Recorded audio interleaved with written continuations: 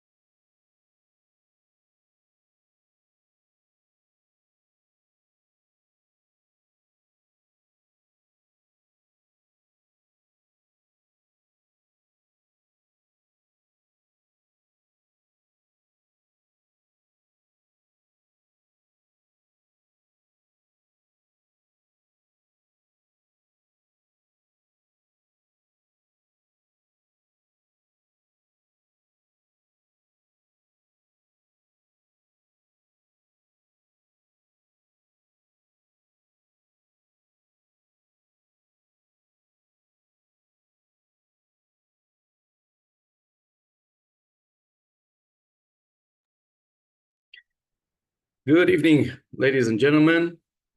Hope you can hear me. My name is Yoav Heller, for those who don't know me. Introduce myself in 30 seconds. I am the chairman of the fourth quarter movement. I'm also the chairman of Wingate, the Israeli National Sports Institute. I'm also an historian, a PhD in history, a Holocaust scholar, a Zionist history scholar. And also speaking to you, just came especially to speak to you for 1 hour, but in the past few weeks, I am a regularly reserve army officer in the Israeli IDF. So this is for me an hour break from my army duty. I am really honored to be here and pleased to be here, and I want to say a few words. What are we going to do in the following session?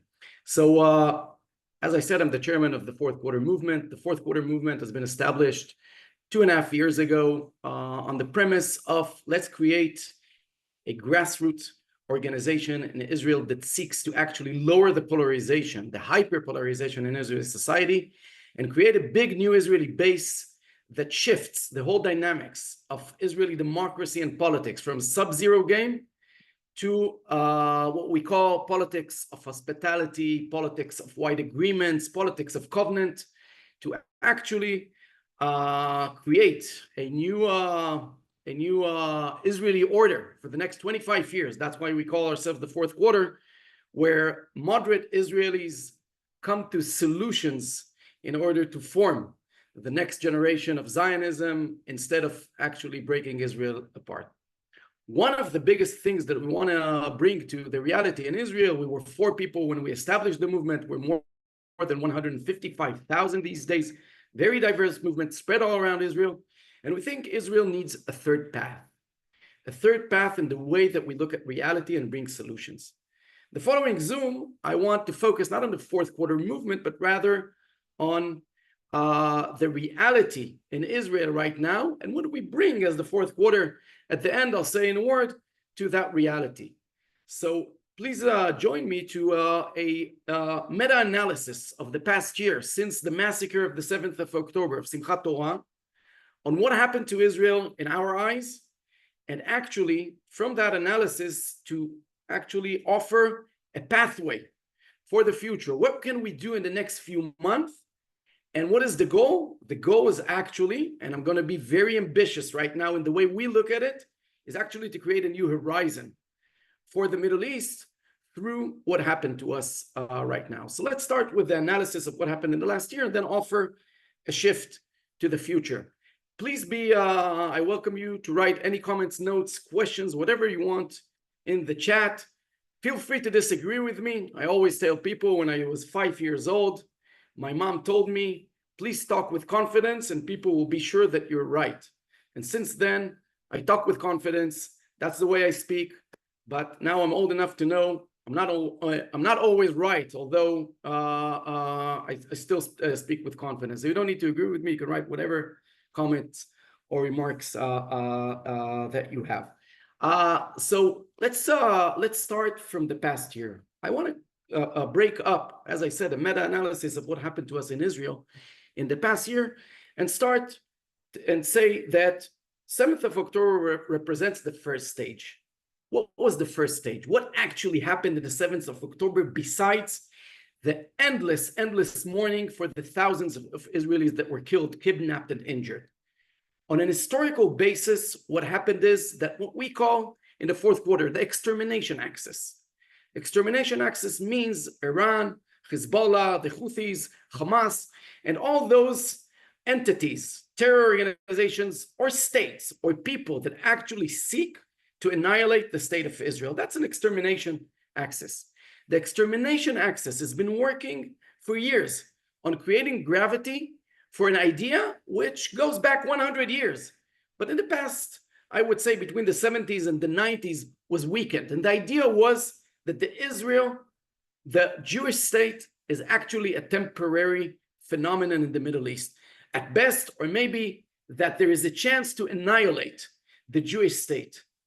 When you look at the 7th of October, that's the big message that was sent by Hamas, that Israel is so vulnerable that once you imagine as a child in Jenin or in Beirut or in Damascus or in Tehran, the massacre of 7th of October, and you imagine Radwan if they would come, from the north, and you see from Syria coming the troops, and you see Iran launching missiles, you can imagine Israel is a temporary phenomenon.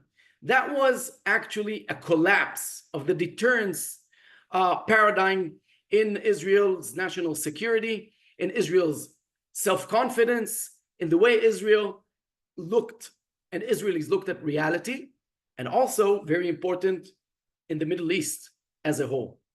In the first 10 months or 11 months of the war until September 17, we were fighting to do two things. One, very, very important, to bring back home our hostages, and two, actually to bring the situation back to some kind of deterrence. First of all, stop that imagination that the Jewish state can actually be destroyed. And I would say until the 17th of September, maybe let's take a day before 16th of September, we were very, very, very narrowly in Gaza succeeding because we actually crushed a lot of the capacities of Hamas. We brought back half of the hostages home, but you looked at a whole, Israel looked very, very bad. I don't mean in the international perception. As Israelis, we looked and we said, we're succeeding in Gaza, but the general perception of Israel as a temporary phenomena is actually trickling more and more to the hearts of the Middle Easterns, and by the way, to the Israelis also. In the past month, there I take you to the second stage. There, what happened in the 17th of September, of course, it's the pagers affair with Hezbollah. And that's the second stage, and I would dare to call the second stage as the strategic overhaul.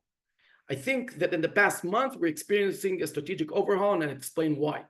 Once the pagers affair happened, and we already know by now it was a coincidence or not a coincidence, it was a mishap more than something planned, but once it happened, it provoked a set of strikes from Israel that changed everything.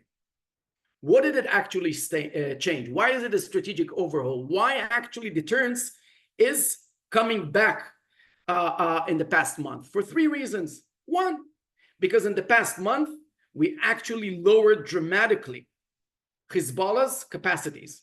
Do not be mistaken. They're not dead yet. They're still launching missiles. They have a lot in their armory, a lot still. But you could see, and now from perspective, I can tell you from an officer from in the army that sees some of the data, you could see actually absolutely that what was expected from Hezbollah is just not in their capacity anymore. That's one thing that we achieved. The second thing that we achieved is the notion of deterrence. Why? Because you can see, factual basis, Hezbollah is now willing to set apart Gaza from Lebanon. They want a ceasefire, what they were not willing to negotiate. Iran, the same. How did we achieve that? Because the fact that we assassinate most of the higher echelon, including Nasrallah, of Hezbollah, is actually crucial to the fact we created that deterrence. And the third thing that I think was very, very instrumental in creating that strategic overhaul is the way that we did things. I can tell you that on the confidence of Israeli society, but I can tell you that of what we see from the Middle East. Suddenly, we were the Jewish state of the 1970s, of Entebbe. While we were already perceived as heavy, as frightened, as not initiating, suddenly we were initiating with imagination, with creativity. Suddenly we saw the Israeli technology. Suddenly we saw that whole Middle East saw that Israel has capacities that are beyond even the imagination of the people in the Middle East. These are the three reasons why this is a strategic overhaul. It took away the capacity of Hezbollah, it weakened Iran, and of course, the addition in the last few days of the killing of Yahya Sinwar adds on even more to the fact that we're in a strategic overhaul. So now I want to focus on where do we take it from here? Because we need to understand there are three, in my mind, in our mind, there are three pathways to where we take it from here. On the one hand, you can actually say this deterrence is sufficient and actually go try to end the war on all fronts, which I'll get to an analysis of all fronts, and say, okay, for the next 5 years, maybe a decade, this region could be quiet.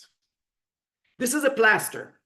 We're just creating arrangements. We're not changing the real dynamics of the Middle East, which in a moment I'll exemplify what does it mean to change the real dynamics.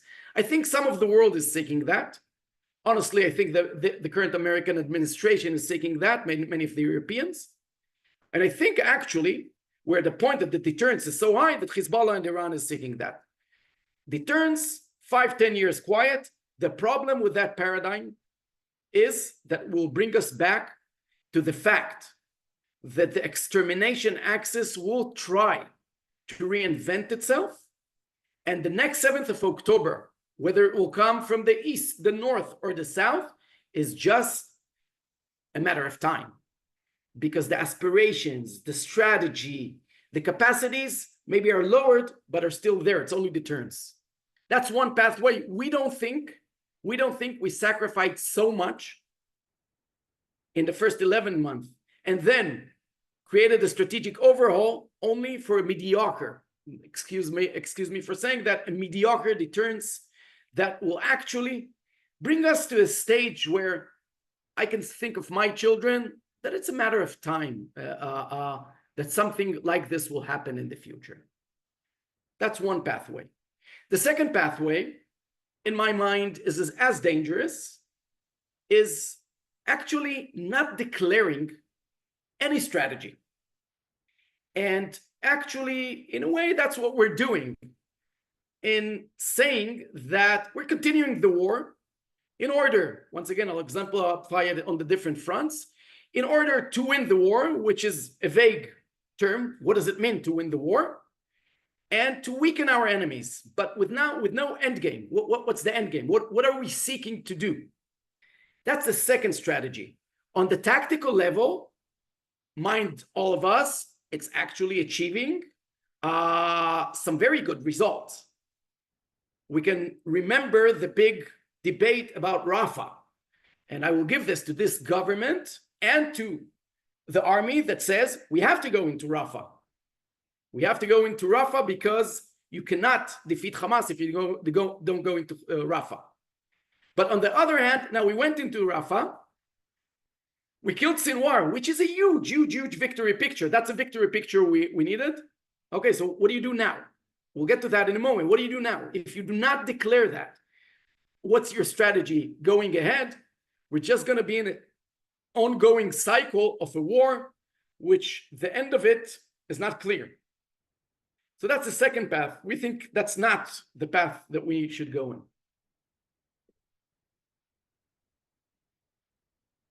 And then I want to offer a third path. And the third path is very ambitious. And the third path could sound to some as imagination. But I want to tell you something about the third path. The third path actually represents the core of Zionism.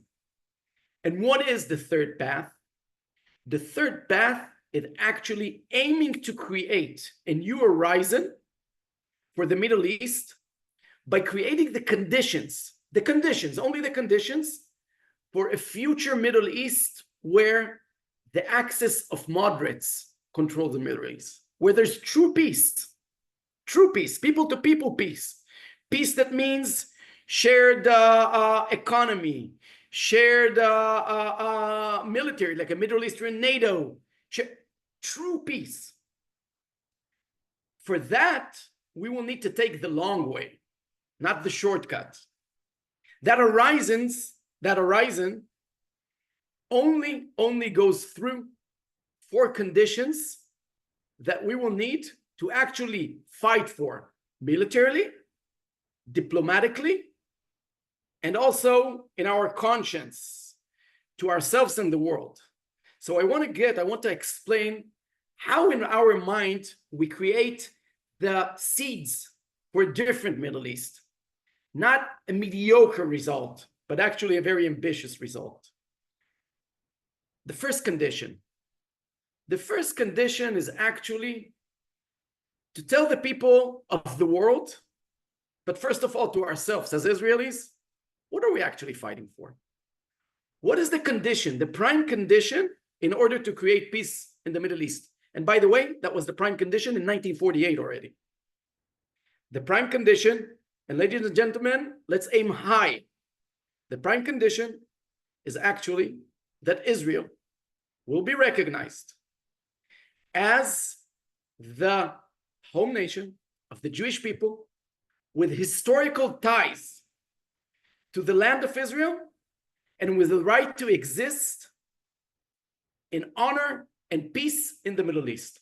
Once Israel will be accepted, fully accepted, in that way in the Middle East, then a new horizon we can start talking about everything. We just to remind us, in the Middle East, there are around 247 million Arabs. There are around 6.5, 7 million Jews. That's not a proportion in which Jews will allow themselves ever not to compromise. That was the case in the partition plan. That was the case in the Oslo Accords. That was the case in 2000 in Camp David. That was the case in 2008 with Olmert negotiation, Abu Mazen. We always wanted to compromise. Why? Because of the numbers. The numbers are just, you need to be irrational. But in the center of the project, of the extermination axis, and let's be frank, in the center of the project of the Palestinian national movement, I think what we found out in the 7th of October, for those who didn't understand that, is not the Palestinian entity and how do you create it. It's rather what is happening from 1948 is being more engaged in the question of how do you create the conditions that Israel will not exist. The right of return as an example, there is no right of return. It's an idea. That beneath that idea is the extermination of the Jewish state, or not tolerating the fact that there will be here a Jewish state. Now, in order to create a new horizon in the Middle East, we will need to actually seek that ambitious, to be recognized and welcomed, not as a result of a negotiation. That's the difference.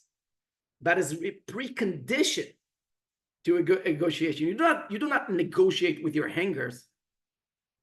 You do not negotiate with people who tell you at the end of the negotiation, then I will make a decision whether I decide I don't want to hang you or I do want to hang you. That's not a negotiation. You don't get there to any result. That's why in the mere essence of the condition, of the first condition, to create a new Middle East, we need to bring to ourselves, first of all, as Israelis, and say, no, we cannot be okay with the fact that Iran is a regional superpower that says we want to destroy the state of Israel. You know, in the square in Tehran, there's a clock that was inaugurated in 2015, and it's counting towards 2040, and it says beneath it, Israel by then will be exterminated. And Ali Khamenei, the supreme leader of Iran, he was the one that was in an inauguration. Ladies and gentlemen, that's not okay. That could not be a part of a deterrence or a part of the new Middle East. So first of all, this is the first goal, to actually bring that word to us as Israelis that we stand for. The Zionist movement stands for a Jewish, democratic, thriving, peace-seeking state that is recognized in the Middle East. That's one. Now, make no mistake, we're not at a stage that deterrence will achieve that recognition. We're not at that state. But we can actually, now I'll go to 2, 3, and 4, but we can actually, if we raise that voice and say, look, we have an end goal as the Jewish state. We want peace here. We want to be a part of the Middle East. We want to be a part of the moderate axis. We want to lead it with the Saudis and so on. We first of all need explicitly to say what's our goal and what we won't compromise on. And now let's go to the second condition. The second condition is regarding Iran and Hezbollah. We need to approach the end of this war in the next few months with what I would call not deterrence, but deep deterrence. First of all, let's start with Iran. Look, as we speak, in the next few days, we expect the retaliation by Israel. And we understand that many in the world and also in America would prefer Israel either would not retaliate or retaliate like in a football match. Okay, let's play for a tie. They hit us, we hit them. You know, I was in the shelter as other Israelis, not in the shelter, like in the safe room in the Iranian bombing. And you know, it's interesting. I want to bring you this perspective. For a year, we've been running to the shelters or to the safe rooms. Let me tell you a secret. In the center of Israel, it's not that scary. In the north and the south, it's scary. Or in the south, it was scary. But when the Iranian bombing happened, you could actually feel, I can tell you, feel the buildings shaking. You could actually, I want you to imagine that. We're in the center of a state, a democratic state, by the way, that did nothing wrong to Iran, nothing. Iran does not claim anything from us. Don't believe they don't want territory, they don't want anything. And you're standing, and I tell my 13-year-old who's terrified and asking me, how can we stop the war? What can we tell the Iranians in order to stop? And I told him, nothing. You could tactically stop the war in Gaza, but it's only tactically. I told him, Danny, this will come at us again and again and again until we stand up and say, enough, enough. That's why in the second condition regarding Iran, the retaliation needs to be a retaliation that is based on the fact that the whole Iranian paradigm on deterrence was based on the power of Hezbollah. Otherwise, they have only 3,500 missiles. It's a lot, but as long as it's not nuclear and they don't have Hezbollah as something very powerful, we need to take use use of that opportunity and strike them and hurt them. I have ideas of what I think, where should we strike them. It's not relevant for this conversation, but nothing less than a significant retaliation, even if it provokes another retaliation from them and provokes from us another, nothing less will even create any kind of condition for a new horizon. Because the head of the snake that seeks only one thing, to annihilate the state of Israel, needs to be hurt. They've been hurt through Hezbollah, now they need to be hurt on Iranian soil. And that's not just, we need to redefine, because people hear that and say, okay, this is military talk, this is Israelis being heavy-headed. No. This is very, very strategic. When someone wants to annihilate you along history and does not have any pragmatic request from you, you need to deter them to a point where you actually bring the moderates, the Saudis and others, and say, okay, they're not friars, as we say, these Jews.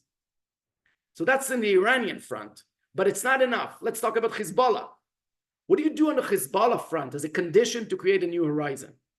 So on the one hand, we're fighting in Hezbollah. You know, I can tell you that half of the fourth quarter movement's employees are now fighting in Lebanon.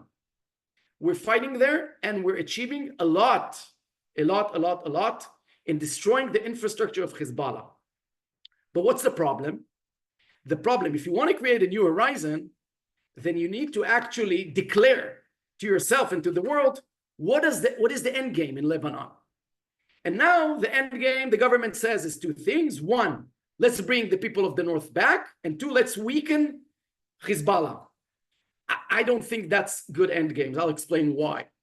Bring the people of the north back to their homes. And what condition? Tell them what are the conditions. You know, we now exposed 2 kilometers or 1.6 miles from the fence. We exposed their tunnels. We understand now. Imagine yourself. We need to bring this to the world. Once again, remember, Hezbollah does not have any concrete demand from Israel besides the annihilation of the Jewish people, annihilation of the state of Israel.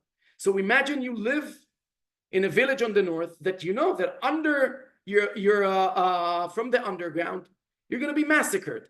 That's just intolerable. So what are the conditions that you actually bring back the people of the north back? And what does it mean to weaken Hezbollah? I don't understand that. It's a big organization. So what we think that we should do, is actually not to be passive. As we were active and initiating in Lebanon on the military side, we need to continue to be active on the military side, but we need to bring right now to the table, what are the conditions that Israel says that it will agree to ceasefire? Not wait to the special convoy of the American President Hochstein, I think, to bring a deal. Not wait for the French, not wait for the world to say 1701. 1701 is the resolution from 2006 that says that Hezbollah needs to be pushed northern of the Litani, but rather bring a whole set of conditions to end the war in the north. It's 1701, meaning that Hezbollah goes northern of the Litani. It's 1554, which is a UN resolution was never enforced in 2004 to disarm Hezbollah. And it's actually a subset of terms that I will not elaborate now, to the point even to almost normalization with Lebanon as a condition to end the war, including international guarantees that if Israel sees that in 15 kilometers from the border until the Litani, that once again, there will be offensive action. I don't care if there will be there the French or the Americans or UNIFIL or anyone, Israel can strike whatever it wants. So let's sum up the second condition. We said the first condition to create a new horizon is actually to say, what is the essence? The essence is recognize the Jewish state, its historical ties, and change the whole narrative of your national project. The second condition is extreme deterrence by striking Iran unproportionally, and two, is actually stating what are the very ambitious goals of the war in Lebanon and letting the international community go for what we want as the ceasefire, which is extreme deterrence and weakening Hezbollah, and not actually what they want. And then you go to the third condition. The third condition is Gaza. Look, Gaza is a very complicated place, but in Gaza, we need to seek actually two goals in order to create the conditions. Remember, we're trying to create the conditions, the seeds for a new horizon in the Middle East. So in Gaza, we need to do two things. We got our victory picture, and it's real. We control the Gaza Strip. Not fully, but Hamas has destroyed 95%. Its leaders mostly are dead. So there are two goals there. One is we need to prioritize in Gaza the release of the hostages. Any military, diplomatic pressure that we can force is essential and crucial right now in Gaza. It needs to be top priority. I'll explain why. One, because in a moment I'll get to the healing process of the Israeli society. We will not be able to create a new horizon without a healing process. If the 101 hostages, out of them, we'll have tens of them that we will never know what happened to them. It's a personal issue, it's a moral issue, but it's also, I try to explain to Israelis, it's an issue of almost what is the Zionist narrative, what is the Jewish narrative. We cannot give up on them. And we need, actually, while we push our foot on the gas in the north and in Iran, in Gaza, we need to be seeking all paths that we can have to release the hostages.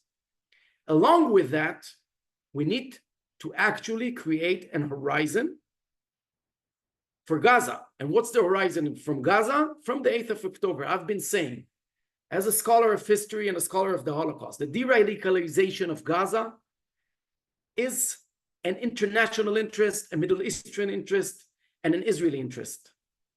You know, the experiences of the soldiers that go into the houses in Gaza and see the books and the maps that all talk about the whole, the big Israeli, Palestine from the river to the sea, is embedded deeply, deeply, deeply in the Gazians' narrative.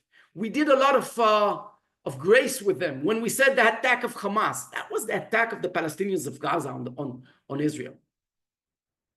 Now, I know that many of you are exposed to the narrative of the genocide of the Jews, of the Jewish state that is committing in Gaza. But I want to emphasize something crucial. One, there is nothing near a genocide. But to remember this, always, there's a Palestinian phenomenon that changes cause and result. We did not strike or launch any attack in the 7th of October. And from the 8th of October, the war could have been prevented. How? If Yahya Sinwar would surrender himself, all the leaders of Gaza, if Hamas would have been demilitarized, if all the hostages was been released, one child in Gaza, and it breaks my heart, the fact that the children of Gaza were hurt so much, and the people of Gaza were hurt so much, but one child wouldn't have been hurt if that would happen. But since then, what is happening, the dynamics is that we gave up on the idea and the notion of de-radicalization in the name of Israel is committing a genocide. So let's flip the coin there.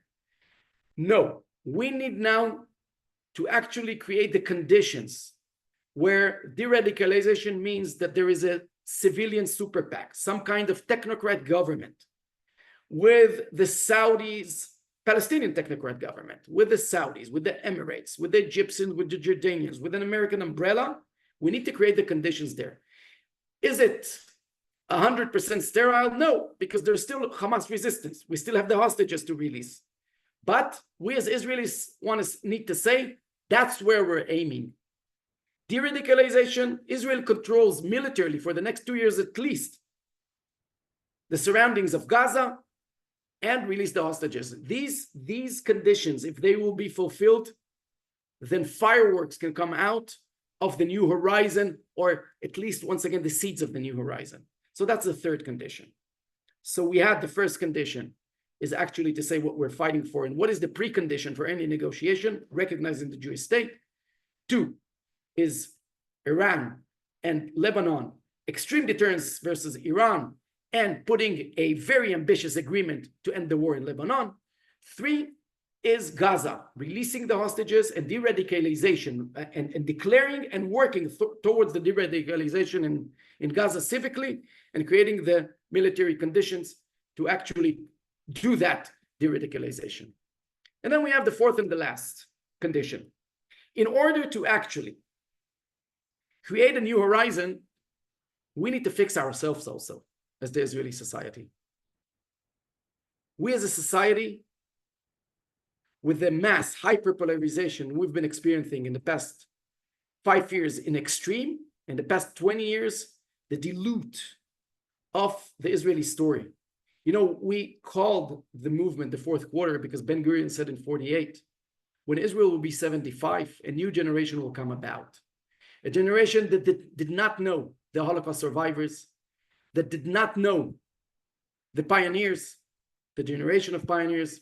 And that generation, he's talking about us, will not be able to dwell only on the stories of the past, but rather will need to tell the story of the future. Why is that so crucial? Because we are at a stage that this massacre we experienced on the first phase created an illusion that all polarization went away. On the 7th of October, we said, together we will win. And we all ran, civically or militarily, to work together to save our country. After a few months, which we succeeded on many fronts on that, we came back because of many differences, because we are a sick society. I think many things that you're experiencing, where the polarization is high, where there is no motivation to build together, where there is no rules of the game.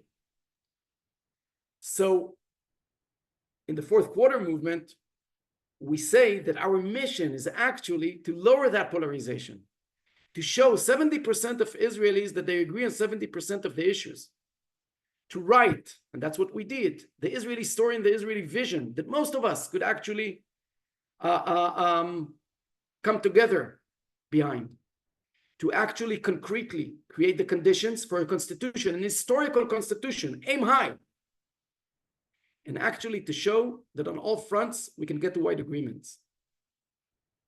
These days, this government is making some mistakes in the area of polarization.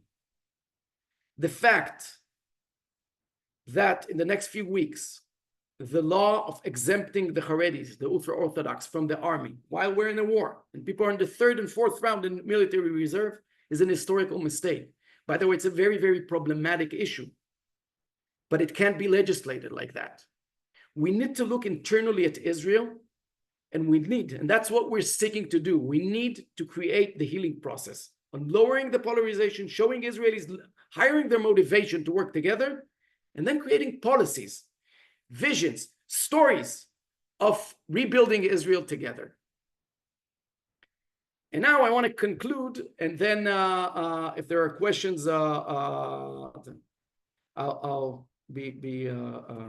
address them. And to conclude, I want to say, let's just go through what we said. We had a year where the notion of destroying the Jewish people in the Middle East or the Jewish state was actually at its peak on the 7th of October. We achieved some kind of deterrence, but strategic overhaul in the past month.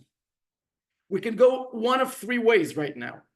Either to a mediocre deterrence, which will just create arrangements that will blow up in our face in a few years. Second bad path is with no strategy, just continue fighting the war and gaining tactical achievements. Or we can go in the third path that we're offering, to actually create a center and say, let's tell the world, this is the war for peace.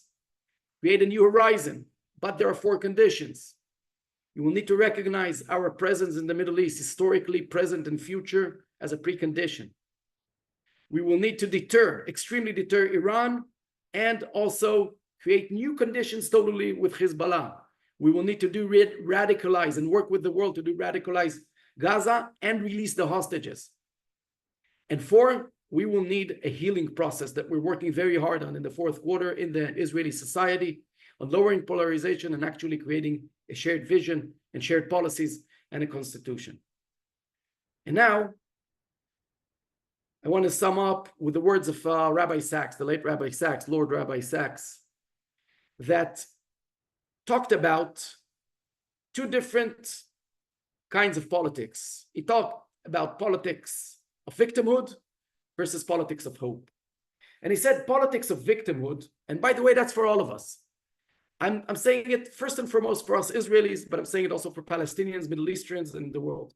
Politics of victimhood, he said, focuses solely on the past, on the pains of the past, of the recognition of the past, on fixing the past. Rabbi Sachs tells us that's important, but you can't only dwell on the past. He says the Jewish startup is politics of hope. That's politics that is taking from the past. And by the way, that is recognizing the pains of the past, the tradition of the past, the greatness of the past, but actually is seeking constantly to create a new horizon, to create a better future, to build another chain in the generations. And that's the way to create hope, to look at the future. We can't dwell only on the past. And within Israeli, we're now in a cycle that we're dwelling only on the past, blaming each other for you did that, I did that. And also, let's be frank, also in the Middle East and the Palestinians dwelling on the past. We need to start looking at the past, but actually seeking a better future. That's politics of hope. And I hope you saw some value in this discussion. I want to see if there are questions here. So I see the first question is, can you please touch on the idea of the Palestinians seeing themselves as refugees for generation, and how does that influence the idea of de-radicalization? Okay, I'll see. There's and I see there is a question here. Why do you think the Arabs will recognize the Jewish state now? I understand Jewish interest, but it seems that international public opinion is with the Palestinians. Okay, in a moment I'll get to that. You see here, Rami, you Alan Yoav, I'm sorry, but I agreed with everything you said. So tell you on a different topic on Israel-Palestinian conflict that I see usually for the Israeli community. I see the 2-state solution, only a partial solution that comes. Well, okay. I hope. Okay. So let me try to answer briefly the questions as much as I can. Okay, let's start with the issue of the refugees. Look, actually, I want to recommend the book. And the book is The War of Return by Dr. Anait Vilf and Adi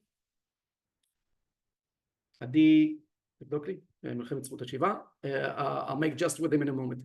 And in that book, basically, you can read that book, but basically it says the following. Look, Adi Schwartz, in 1947, and I won't go deeply into it, but let's talk about the refugees issue. In 1947, there's an international decision on the partition plan. And the international decision is actually gives 55% of the land to the Palestinians, and the Arabs, that was not recognized Palestinians then, and 45% to the Jews. Once again, do not twist cause and result or effect. Israel and Ben Gurion accepted the partition plan. Not even one Arab would have moved if the Palestinians on the other side would say it, or the Arabs on the other side, okay, we'll form a state. So already the precondition to this illusion of refugees starts there. They striked a war. All Arab states invaded Israel. And as tens of millions of people around Europe and the world in those years moved from different places, that's the same thing that happened in the Middle East. Same thing. There is no such a thing of a refugee for 4 or 5 generations by the declaration of the UN. There's no such a thing. By the way, also, when you talk about refugees, many of them in the West Bank and in Gaza are in the state that they were back then. It's not in the same concrete place. So basically, the right of return never existed. You know, in 1970, Willy Brandt, the German chancellor, who was a Pole, he came from a family of Polish Germans. Millions of Polish Germans were expelled from Poland to Germany. And they dreamed of the right of return. And in 1970, Willy Brandt, and that was a big movement in Germany. We want to go back and look, just imagine the war would erupt in Europe if Germany would say, okay, Poland, we want them resettled. And Willy Brandt came, looked at their eyes and said, enough, enough. There is no right of return. We're staying here. So that's why internationally, functionally, basically, there is no 4 or 5 generation transferring the rights of our refugees. And also morally, if millions of Arabs, 7, 8 million Arabs, they claim, need to come back to Israel, then there is no Israel. Now, to the question, why do you think they would want to recognize now Israel, so on? That's not what I said. I said, so let's not get confused. I didn't say that we will achieve the goal in the third path, that tomorrow morning, the Middle East will recognize the presence of a Jewish state with our history, present and future. I said a different thing.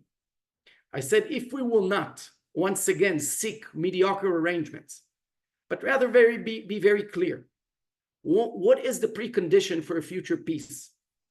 Then I think the Saudis hinted many times, just give us that. Tell us you want peace in the future. Tell us you're not going to be the problem in a big compromise and agreement. You change the dynamics with the Saudis, you create a moderate axis. But in order to do that, as I said, you need to be very blunt on what does it mean actually to recognize the Jewish state? What does it mean the Palestinians seeking the right of return? You need to actually be, yes, very, very, very, very practical in deterring Iran, in getting a very, very good agreement in Hezbollah and de-radicalization in Gaza. All these things will show that we're here to stay. We are not here just for revenge of the 7th of October or just for war. We're seeking peace, but make no mistake, we're not going to move a millimeter until you actually bring or recognize the fact that we can't settle for, I think some of the policies that we had and the Americans have is let's settle for a kind of a peace process. But parallel to that, you can kind of want to annihilate us? No, not anymore. So for anyone who thinks we can achieve this tomorrow, we can't. But if we will actually be strong, create the pathway, fight where we need to fight, create diplomacy, create alliances, that's a new pathway. Let's see if there's another question. Okay. Does the fourth quarter have some concept papers on today's issues of order that could be circulated, discussed in the diaspora? Yes, I think the most interesting concept paper that we had, we did a process with thousands of Israelis, very diverse. And also, we actually brought it to 10th of thousands of Israelis to actually vote on it. A very, very conceptual, first of all, paper on what is the Israeli story. We brought people from different backgrounds and we said, let's write what is our narrative? What is the narrative of the year 75 and to the future of the Israelis? We'd be very happy to circulate to it, and it's called The New Israeli Story. Then we have concept papers. Some of them we haven't released yet. One is, for example, on drafting the Haredis. How do you do it moderately? We created here a process with many Haredi activists and officers in the army and created the concept paper. And we're preparing concept papers on state and religious, on the judicial reform. and also on how to actually create a process of unification in Israel. So yes, we have, and we could circulate to you. Another question. How can we trust the international community to help with the various factors you discussed between UNIFIL, lies, and US leaks? First of all, we need to trust ourselves. That's why I said, many Israelis asked me, how do we actually attack in Iran when Americans don't want us really to attack in Iran and the current American administration? So I tell them, look, we go the Ben-Gurion way. What was the Ben-Gurion way? It was, I call it idealistic pragmatism. Or I would say, always he worked with a leap of faith, but very pragmatic. The example is this. 1948, his to-be foreign minister, Sharet, Moshe Sharet, then Shartu, comes back from America and says, Ben-Gurion, do not declare a state. The State Department and the White House will not recognize it. Ben-Gurion thinks hard, and you can see it in his diary, in his process of thinking. On the one hand, he says, we need to do what is good now for the Jews. But on the other hand, the first thing he does, he sits next to the phone, and he really, really waits for President Truman to call him. And 14 minutes after that, he calls him and says, I recognize the state. So I mean, first and foremost, we need to trust ourselves. Not in an isolated way of thinking or concept, but in a way of saying, if we will be actually with a compass, if we will say, that's why I said, if we will create a compass to what do we want to achieve in Lebanon, we don't need to fully trust the international community, but at least the international community will know what we want. If we will strike Iran in a way that will extremely deter Iran, then the international community will respect us more and understand that you need to seek with us different agreements. If we will actually say we're not going to finish with Gaza militarily until the de-radicalization process will begin, then the international community will come more with us, but on the condition that we are very clear. Today there was a gathering of some parts of Israeli government next to the Gazian border talking about resettling Gaza. I think that is damaging. That is confusing the Israeli society and the international community. We need to be mainstream of Zionism. It needs to be very, very, very clear on our ambitions. A thriving Jewish democratic state that is peace-seeking, but not from a weak point, but rather from a point that's saying you recognize us and our presence. That actually will, I think, create a new dynamics where we trust ourselves fully, and we do have some alliances. I do think whoever will be elected to the American president will have to work with, I think we'll work with the international community, and I think most of all, that we have also partners in the Middle East. But we need to recognize in that. And for all those who are talking about Palestinian state and all those, that's not interesting right now. That's not the issue right now. No Israeli or no sane Israeli will talk about that issue. We'll talk about everything after the process that maybe will take a decade or 2 decades of actually embedding the notion that Israel is a part of the Middle East. Through there, we'll have alliances, we'll have arrangements, and maybe one day we'll actually have true peace in the Middle East. So I want to respect your time. If there are other questions here, we'll try to offline answer them. I do want to just announce that we are coming to the States on the 11th of November to the 15th of November. So whoever wants to come and hear us or send people to hear us and about the organization and more broadly about the work that we do that is mainly on the civic and the social level with bringing this third voice. So we'll be in New York, we'll be in Boston. So please write us in the emails that you signed up. I want to really thank you for joining us.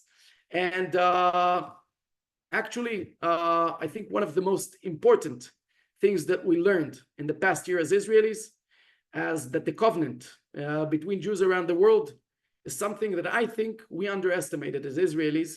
And the fact that you're here every time is reassuring to us that we are all one big family, and that we will need to actually go through these hardships together. So thank you very, very much, and Chag Sameach.